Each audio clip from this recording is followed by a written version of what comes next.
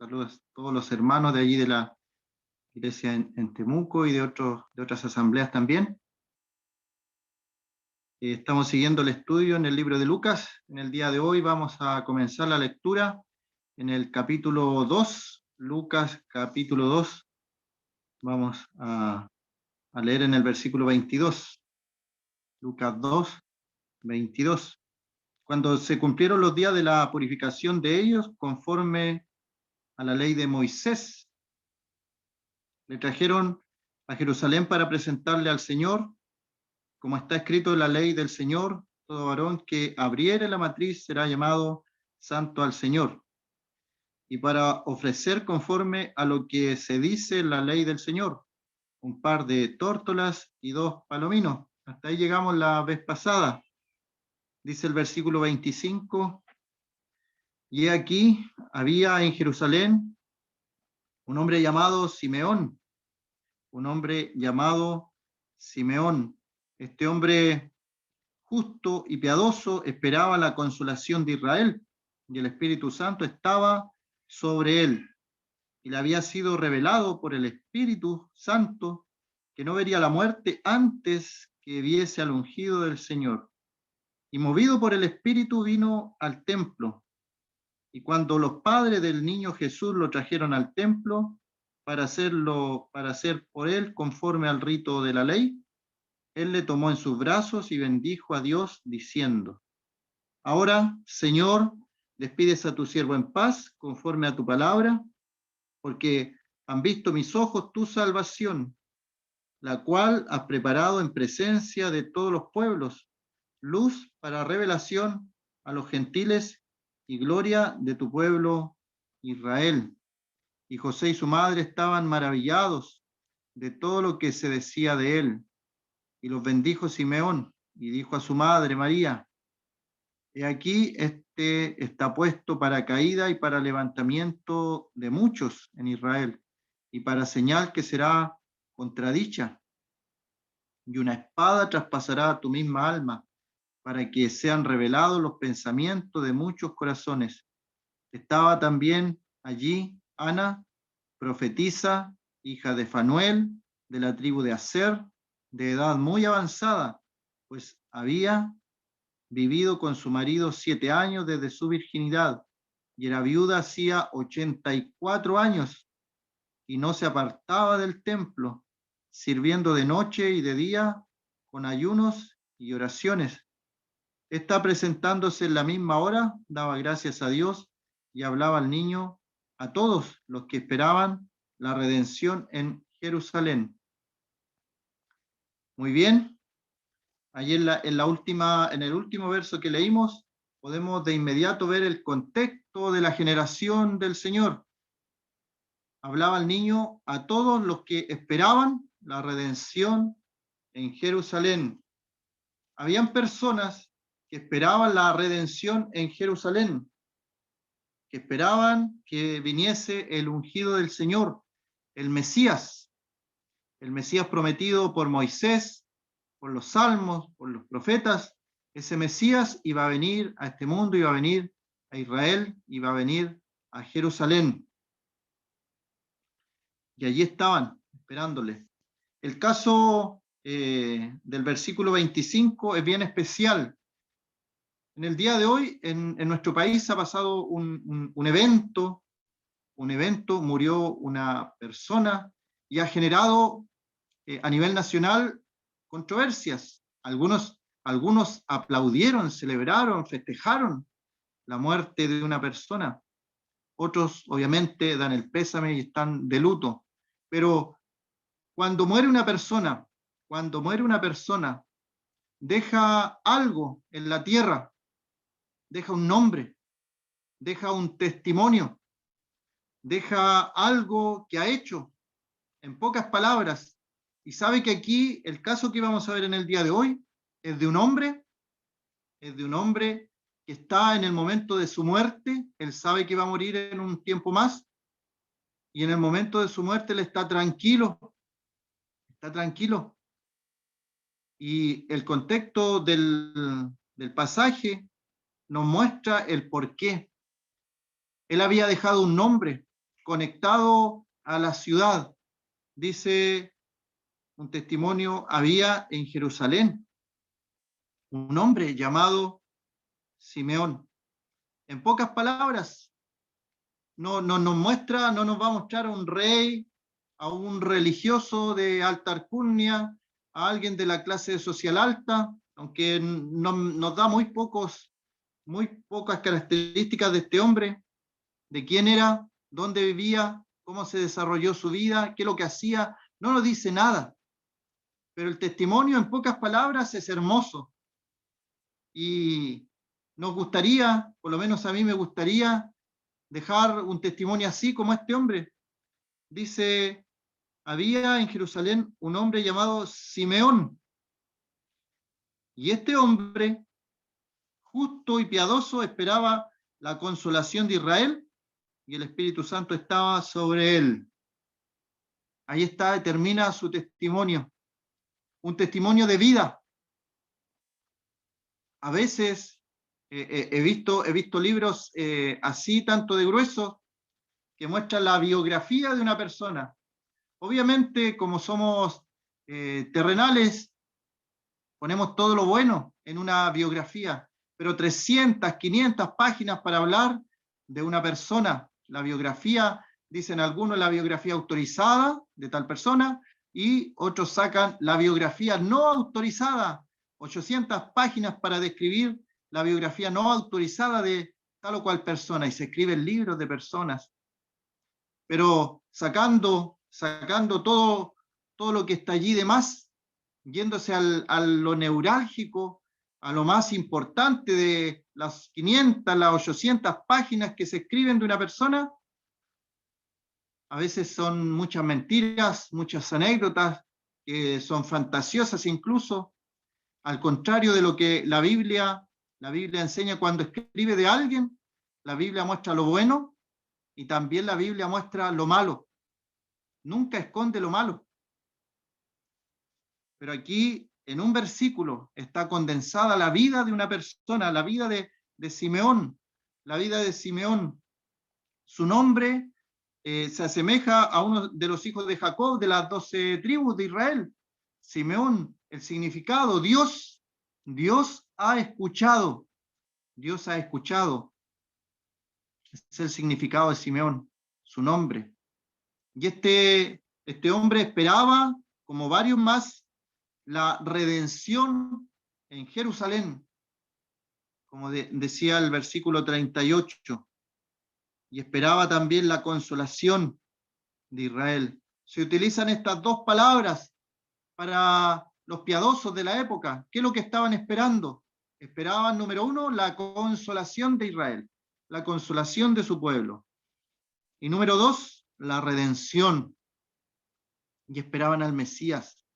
El Mesías iba a venir a darle consolación y le iba a venir a dar redención a su pueblo, que lo esperaba tanto tiempo. Malaquías fue el último escritor. Habían pasado 400 años aproximadamente donde no había palabra del Señor. Y ahora cuando hay palabra, la palabra se manifiesta en personas sencillas, como María. No estaba en los lugares de privilegio, de preeminencia, y se manifiesta en una persona como Simeón, que no se nos da, como digo, muchos detalles. Nos dice, había en Jerusalén, como hemos visto en otros pasajes, había en Jerusalén un rey, había en Jerusalén un sacerdote. También el Señor se preocupa, por decirlo así, del pueblo, de la gente sencilla, de la gente humilde, y no humilde de pobreza, sino hablando del pueblo. El Señor se preocupa de todo, de todo. Y sabe que esto es interesante porque, como decía, la historia habla de los grandes personajes, los grandes emperadores, los grandes reyes, pero la Biblia habla también de las personas sencillas, las personas humildes. Dedica tiempo para hablar de personas, por ejemplo, de pescadores, como Pedro, como Juan, personas sencillas, del vulgo, como se les describe en el libro de los Hechos, del vulgo, sin letras. Y sabe que esto es, ¿por qué me llama la atención a mí? Porque acá en Chile también en el último tiempo se le dio un premio de historia a un historiador que él consideraba no solamente a las grandes personas en la historia, sino consideró al pueblo en lo que es la historia, por decirlo así, oficial. Y eso fue una gran novedad, y se le dio el Premio Nacional de Historia. Pero la Escritura nos enseña y nos muestra que para Dios son importantes todas las personas, los grandes reyes como David, pero también estaba la vida, por ejemplo, de Mefiboset, que era un lisiado de sus pies, que tenía una vida, estaba en Lodebar, estaba lejos del reino, y también la Escritura se da el tiempo de escribir y de enseñar su historia. Entonces, Jerusalén, la ciudad de Jerusalén, había un hombre llamado Simeón. Y ahí yo hago una primera reflexión respecto a nuestro nombre. En el cielo estará escribiéndose un libro, en algún registro. Había en Chile un hombre llamado Pedro. O ponga usted su ciudad y su nombre. El Señor está pendiente de nosotros, hermanos. A veces nos perdemos a veces pensando en que los importantes son aquellos personajes que aparecen en los noticiarios, en la primera portada de una revista, en los periódicos. Entonces se le dedica tiempo a personas importantes, pero todo eso es importante en este mundo. Nosotros tenemos otro concepto, el concepto espiritual, la importancia espiritual. En los libros de historia oficiales, por ejemplo, no se habla mucho de lo que pasó con los cristianos en el primer tiempo, porque era como una secta apartada del judaísmo. No se le daba mucha importancia en los primeros tiempos. Se le daba importancia en los libros de historia al emperador, a los grandes emperadores, a los grandes cónsules. Y de repente por ahí alguien del bajo pueblo aparecía como un gladiador, era importante y se le dedicaba un momento a ello, pero no tanto como a los emperadores. Pero la Biblia muestra un hombre, muestra el nombre, por ejemplo, de una mujer, Ana, también profetiza, que lo vamos a ver más adelante. Para Dios son todos importantes. Ponga usted su nombre allí. Y la pregunta es, y yo también me planteé esa pregunta para mí, ¿qué se va a decir de nosotros? ¿Qué se va a decir de nosotros? Había en Lota un hombre llamado Pedro. ¿Qué viene a continuación? ¿Qué vendría a continuación? Aquí, respecto a Simeón, dice, este hombre justo y piadoso, justo y piadoso. Como decía, las tremendas biografías. Aquí vemos una biografía precisa, concisa, como dicen, y estaba apuntada específicamente a las características de este hombre. Era justo y piadoso. La justicia o el ser justo tiene que ver con todas las relaciones humanas que tenemos. No se nos dice si era un trabajador, por ejemplo, pero si era un trabajador, como es justo, tiene que haber sido el mejor trabajador. Si hubiera sido un amo o alguien o un jefe o alguien encargado de personas, con personas a su cargo, el mejor amo, la mejor persona, el mejor vecino, porque la justicia o que se diga de una persona que es justa tiene que ver con eso, con el carácter de la persona, las características, y nosotros sabemos en nuestro barrio, nuestras poblaciones donde vivimos, hay personas que tienen la fama, aquel es un borracho, aquel es una persona mentirosa, aquel es un peleador, y se les caracteriza a las personas por su nombre y alguna característica que lo identifica. ¿Cómo estamos allí? Esa fue mi reflexión. ¿Qué dicen las demás personas de nosotros? ¿Cómo se nos describiría en un momento determinado a esta persona Simeón? Dice Simeón, un hombre justo y piadoso, y el Espíritu Santo sobre él, y esperaba la consolación de Israel. Ahí tenemos 4 características por lo menos. ¿Las podemos repetir nosotros en el día de hoy? Sí, podemos repetirlas. Es un trabajo, obviamente. Hay luchas que tenemos que ganar, pero ¿sabe qué? Podemos, por ejemplo, la primera era justo, podemos ser justos delante de los hombres, hacer lo correcto, hacer lo que a Dios le agrada, evitar de ser mentiroso, de tener malas palabras, groserías en nuestra boca. Qué difícil es pensar que un creyente es dado a la mentira, pero existe. Que un creyente salen malas palabras de una persona que se dice creyente, pero los hay. Un creyente que tenga el testimonio de ser mentiroso, esa persona va a la iglesia o es cristiano, pero viera usted que es mentiroso. ¿Cómo estamos referente al testimonio con los demás, con la gente que nos conoce, que nos identifica, que somos creyentes, que vamos a un lugar de congregación? La gente dice en sus frases, con el desconocimiento, obviamente, dice, esa persona va a la iglesia, pero viera usted cómo es con los vecinos, una mala persona.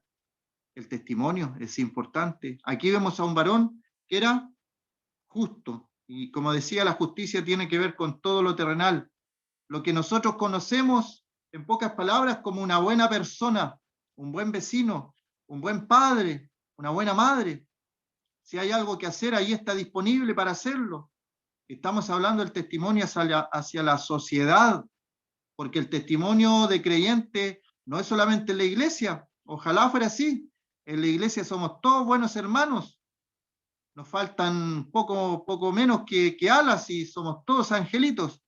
Pero en el barrio, en el colegio donde hay personas, yo trabajé en un colegio donde llegaban apoderados que causaban muchos problemas y de repente me sorprendían porque conversaban de la Biblia. Ah, ¿usted va a alguna congregación? Si soy cristiano, yo soy cristiano.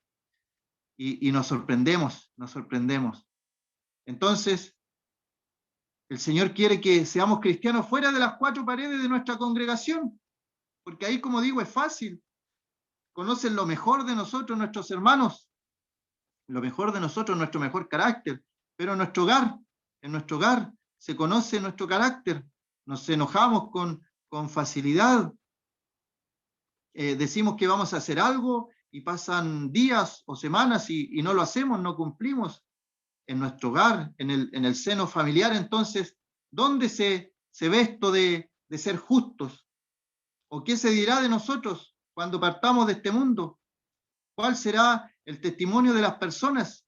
Y sabe que yo he estado en funerales, en velorios, y da gusto escuchar cuando fallece un hermano conocido, y gente del mundo, gente que no es creyente, que era su vecino o que lo conocía en el trabajo, dice, viera usted cómo era esa persona, buena persona, ayudaba, tenía esa amabilidad para tratar a los demás.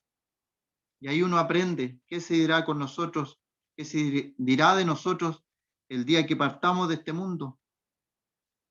Simeón era un hombre justo. Y la otra palabra, piadoso. Piadoso, esto tiene que ver con la piedad, con las cosas espirituales, con todo lo relacionado con Dios. Y no dice que era un religioso, no dice que era un religioso. Y sabe que es un hombre. La Biblia me gusta en ese sentido porque habla de personas comunes y corrientes que experimentaban lo espiritual, no necesariamente en el templo, en nuestro trabajo. Y para mí fue bueno aprender eso porque yo en el trabajo también, algunos dicen que el trabajo es secular, y yo también hacía esa diferencia entre la vida espiritual y secular, pero cuando mi trabajo se transformó en espiritual, yo no le estaba trabajando al Estado para hacer clases o ser profesor, estaba trabajándole al Señor, no le estaba trabajando al ojo. Y cambió, realmente cambia. Cambia la sensación de que nuestro trabajo se lo estamos realizando al Señor, que Él nos dio ese trabajo, que Él nos puso en ese lugar y le estamos trabajando a Él. Y la responsabilidad y la cuenta se la vamos a dar a Él. Ser piadoso en este mundo. Y ser piadoso tiene que ver con lo espiritual. Una persona piadosa. El Señor era justo, 100% justo, obviamente, el Señor ejemplo en todo, y Él era piadoso. Crecía en gracia para con los hombres y para con Dios. Él crecía. en las áreas, llamémoslo terrenales, pero las áreas espirituales también crecía. Y Simeón también, las áreas espirituales donde experimentamos la piedad, en la oración, por ejemplo, el amor hacia los hermanos que tanto cuesta. Se nos ha dado tantas instrucciones respecto al amor hacia los hermanos, y ahí a veces estamos un poco faltos. La piedad, la oración, la alabanza, el cantar, cantando himnos y salmos espirituales, alabando al Señor en nuestros corazones con entendimiento. Todo eso tiene que ver con la piedad. ¿Y por qué era importante que no era religioso? Porque la religión muchas veces se va a las tradiciones, a las costumbres, al ritualismo, de hacer cosas y todo en un ambiente muy ritualista, que parece de piedad, pero al final no es piedad, porque los rituales y las costumbres que a veces vemos en la religión están solamente dentro de ese lugar, dentro de esa catedral, donde hay un silencio, unas cosas, todo muy pulcro, muy religioso, como decía, pero se sale de ahí y se vive como el mundo. Eso no es piedad. Piedad es tener una relación íntima con el Señor, estando en cualquier lugar, en nuestra casa, en nuestro trabajo, en el mercado, en la feria donde compramos. Ahí se ve. Cuando, por ejemplo, nos atienden y nos dan un producto en mal estado y no nos quieren cambiar, ahí sale y aflora lo que realmente está en nosotros. Si podemos mantener esa misma piedad, tratar a las personas como el Señor quiere que las traten, estamos funcionando en el ámbito espiritual, en la conexión con el Señor. Es difícil, pero si lo hacemos podemos llevar un testimonio que las personas puedan decir: este hombre era justo, y este hombre era piadoso, no era solamente, como dicen, era pura boca, pura lengua, que hablaba y hablaba, pero no hacía lo que él predicaba, no hacía lo que él enseñaba. El Señor dice en su palabra que él enseñaba y hacía, o sea, él hacía y enseñaba. Esa es la importancia. Él hacía, lo primero hacer, y después enseñar. El Señor hacía y enseñaba. Otra enseñanza para nosotros.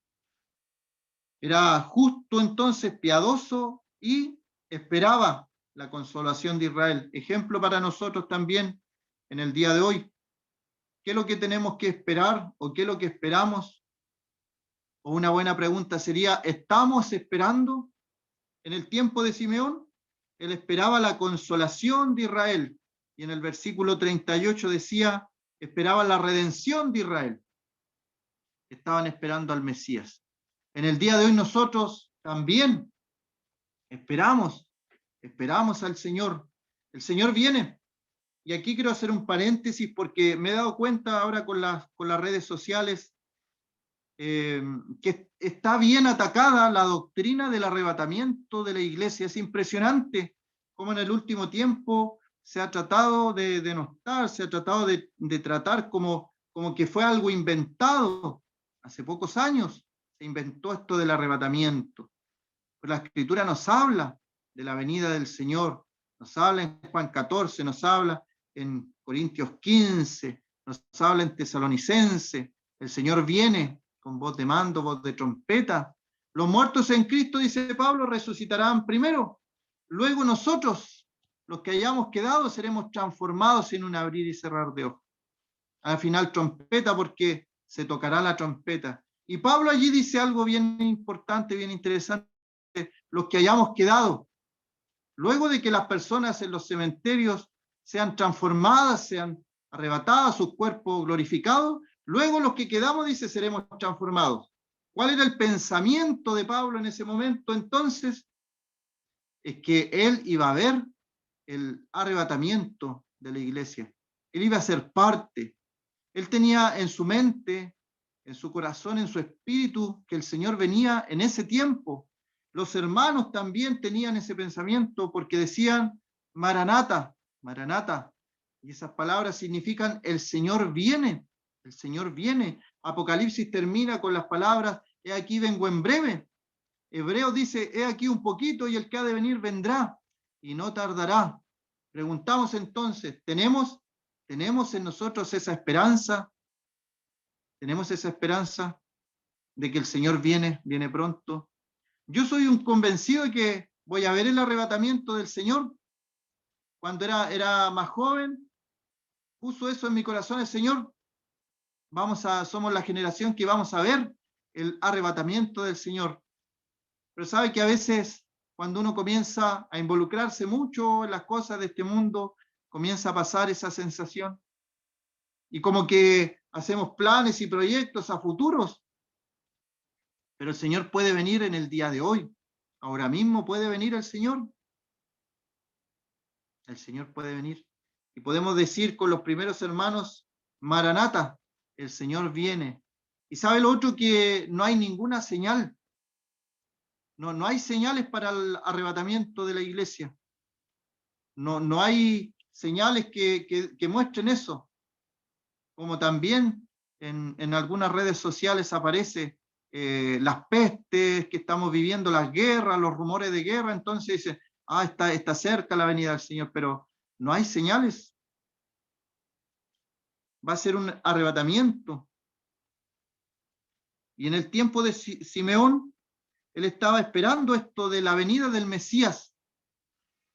Y podemos hablar entonces que el Mesías vino ya en una primera etapa. Nosotros estamos esperando la segunda venida. La segunda venida.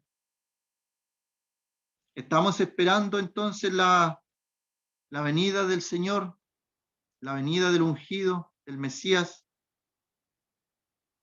Y aquí otro paréntesis respecto al pueblo de Israel.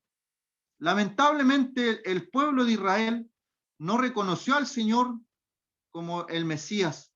Y en el día de hoy, la gente que profesa esta religión judía se refiere al Señor como un rabí, como un maestro, no le da más allá que eso.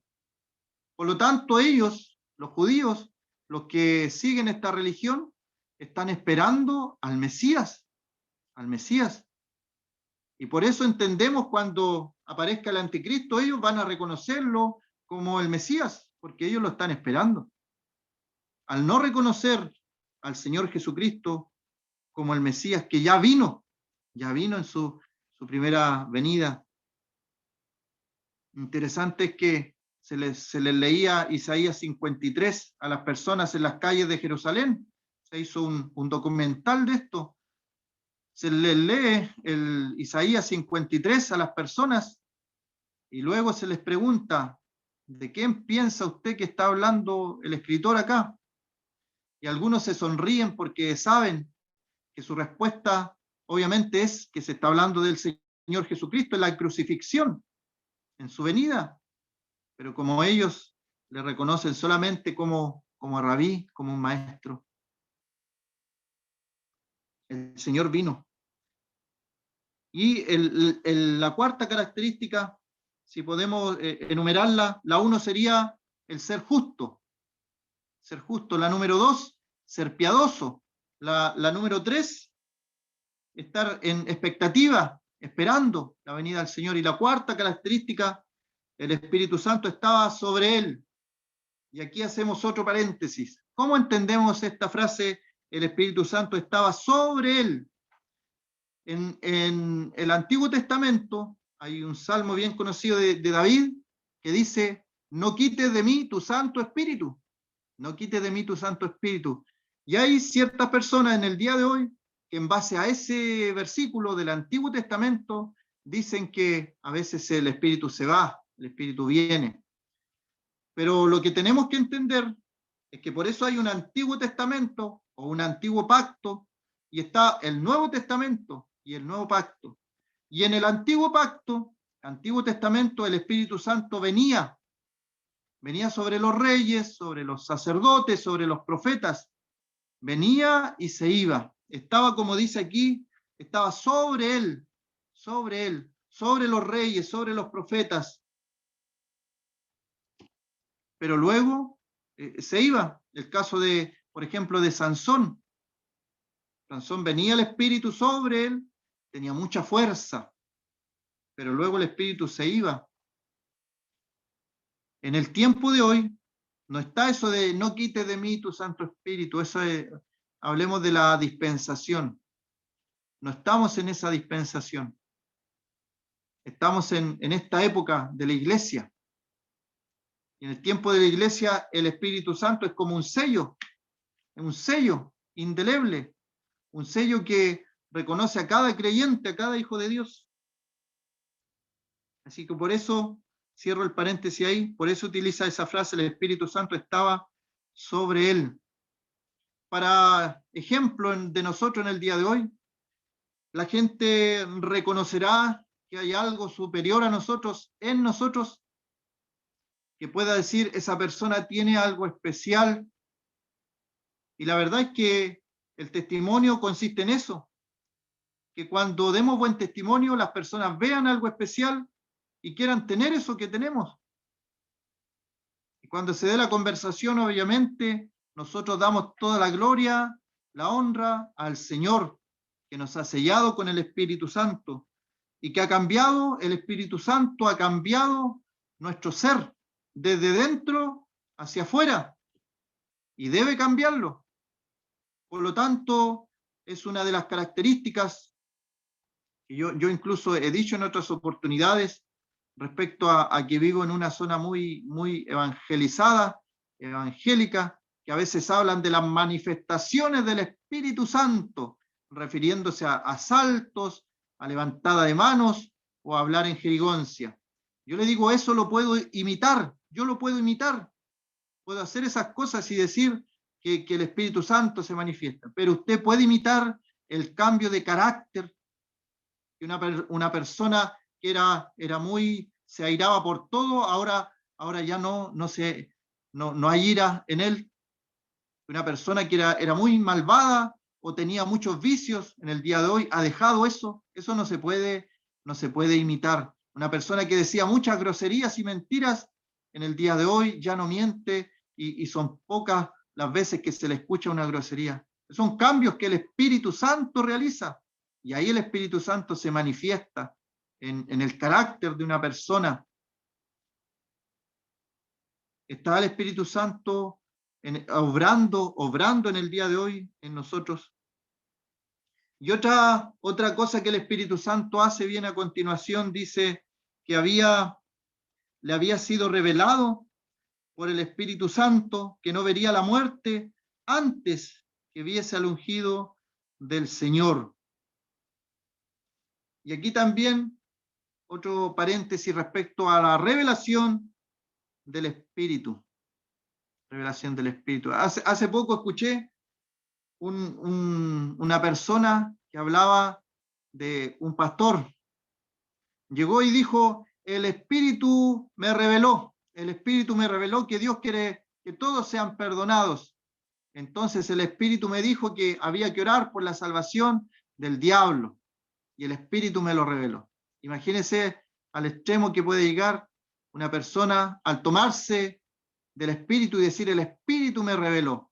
Esa palabra allí, revelar, en el día de hoy no la podemos ocupar como creyentes. ¿Cuál es la palabra que podemos ocupar? La iluminación. La iluminación. El Espíritu Santo me ilumina. ¿Y por qué no podemos ocupar? Porque la revelación es las sagradas escrituras, la palabra de Dios. Esa es la revelación completa de Dios. Todo lo que nosotros queramos saber de Dios está escrito en su palabra. La revelación ha sido terminada. En el día de hoy nosotros podemos usar esa otra palabra. Podemos ser iluminados a través del Espíritu con la palabra de Dios. Y recibimos una iluminación respecto de la palabra, porque allí está toda la revelación de Dios. Pero en este tiempo también lo vemos en el libro de los Hechos, por ejemplo, que habían profetas. Esa era también su instrucción, ellos revelaban cosas, porque no estaba la palabra de Dios completa, pero en el día de hoy sí está completa. Así que por eso el paréntesis allí, que el Espíritu Santo le había revelado algo. También he escuchado que a veces cuando pasan cosas sobrenaturales o pasa algo bien espiritual, se lo atribuimos a otro grupo de personas, como que fuera exclusividad de ellos, de un grupo religioso.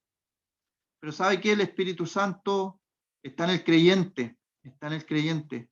No le tengamos temor cuando el Señor nos da el privilegio de experimentar algo espiritual. Y aquí no fue que se abrieron las nubes por el contexto. Lo que le pasó a Simeón fue que él sintió algo en su corazón. El Señor habló a su corazón directamente, a su espíritu. Y él tomó una decisión. Dios me está hablando que tengo que ir al templo, y él fue. Y ahí yo me hacía la pregunta también, ¿cuántas veces el Señor, a través de su espíritu, me ha hablado, me ha dicho que haga alguna cosa y yo no la he realizado? Gracias a Dios también tengo ejemplos positivos de que el Señor ha puesto un pensamiento, ha puesto la intención en mi corazón, y yo he sabido que es el Señor el que está hablando y lo he realizado. Y ha sido bueno. El Espíritu Santo en el día de hoy puede hablar a nuestro espíritu. A veces estamos en oración, y uno dice, qué casualidad, me acordé de un hermano. No es casualidad, estamos conectados en el mundo espiritual, estamos en oración, y el Señor pone esos pensamientos a través de su Espíritu Santo. La conexión existe, pero a veces nosotros la callamos. No es bueno eso. Como creyentes, somos seres espirituales. Como creyentes, tenemos el Espíritu Santo morando en nosotros. Hay un texto que dice que tenemos la mente de Cristo. Podemos discernir las cosas espirituales que el mundo no puede discernir. Pero a veces todas esas cosas no las aprovechamos porque ponemos muchas cosas en lo terrenal. Nuestra mirada, nuestra fuerza, nuestra energía en lo terrenal. Pero cuando andamos en el Espíritu, cuando obedecemos al Espíritu, lo que está haciendo en nuestra vida. Y hay momentos que el Señor quiere que hagamos algo y lo estorbamos, no lo dejamos hablar a nuestra vida. Que el Señor nos ayude, hermanos, a ser como Simeón, que el Espíritu Santo le dijo algo que hiciera y él lo hizo. Le dijo que no vería la muerte antes que viese al ungido del Señor. Y aquí otra reflexión respecto a la muerte. Qué tranquilidad el saber que uno se va a morir. Esta es la tranquilidad que tenía Simeón.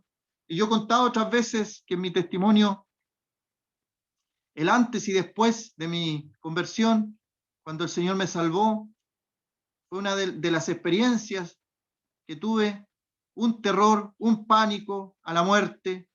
Incluso me quitaba el sueño en mi juventud algunas noches. El pensar en la muerte, el pensar en el más allá, en lo que había, si me pasaba algo en este mundo, ¿qué hay más allá?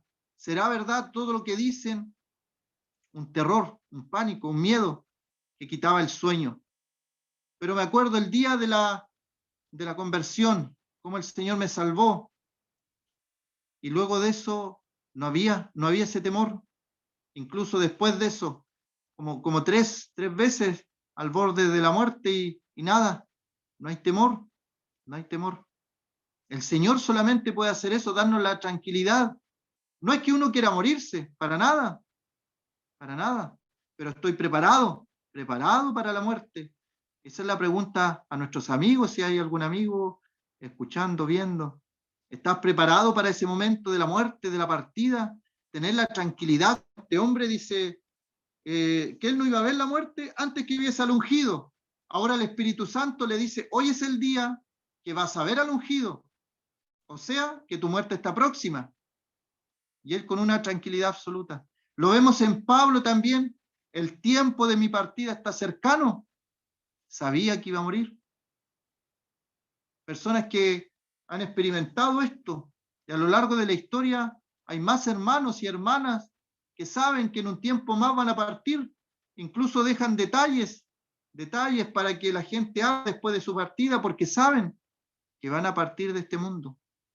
Y con una tranquilidad absoluta. Esa tranquilidad, esa paz, solamente la puede dar el Señor. El Señor. Este hombre movido por el Espíritu. Versículo 27. Movido por el Espíritu vino al templo. Movido por el Espíritu. Son personas que se dejan guiar por el Espíritu Santo. Se dejan guiar por el Espíritu Santo. Hay un pasaje, con esto terminamos, en el libro de Ezequiel. Ezequiel, el capítulo 1. Respecto a este mover del Espíritu. Dice Ezequiel 1:12, respecto a esta visión de gloria divina que tuvo Ezequiel, y cada uno caminaba derecho, hacia adelante, hacia donde el Espíritu les movía, que anduviesen, andaban, y cuando andaban no se volvían. Estas son ruedas en medio de ruedas, seres vivientes. Es una visión gloriosa que tiene Ezequiel. Pero lo que quiero llamar la atención es lo que hace el Espíritu.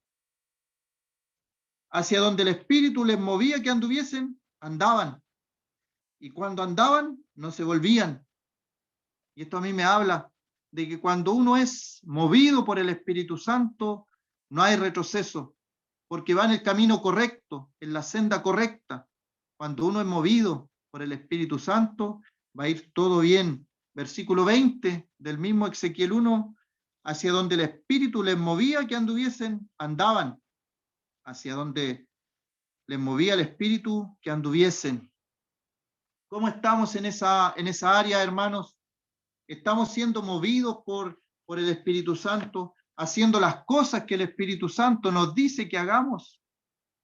El Espíritu Santo a veces me muestra las áreas que estoy débil o que estoy fallando, que uno a veces no se da cuenta, pero el Espíritu Santo es que nos hace ver: en estas áreas estás fallando, estás débil.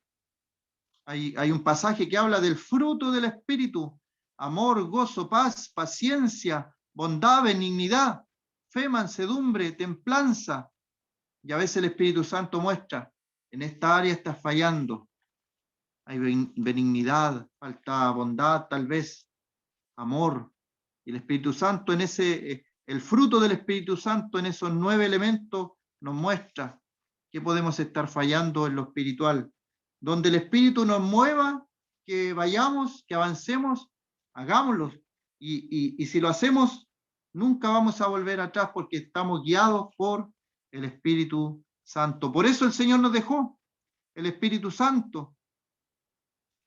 En Juan, el Señor nos habla de que Él es el otro consolador, el Espíritu Santo, el otro consolador. ¿Y por qué dice el otro consolador, el que Él enviará? Porque el Señor, Jesucristo, es el consolador también. Y como esperaban estos hombres que esperaban la consolación, Simeón esperaba la consolación de Israel, y esta consolación iba a venir obviamente por el consolador, nuestro Señor Jesucristo. Vamos a quedar hasta allí. Que el Señor bendiga su palabra en esta tarde.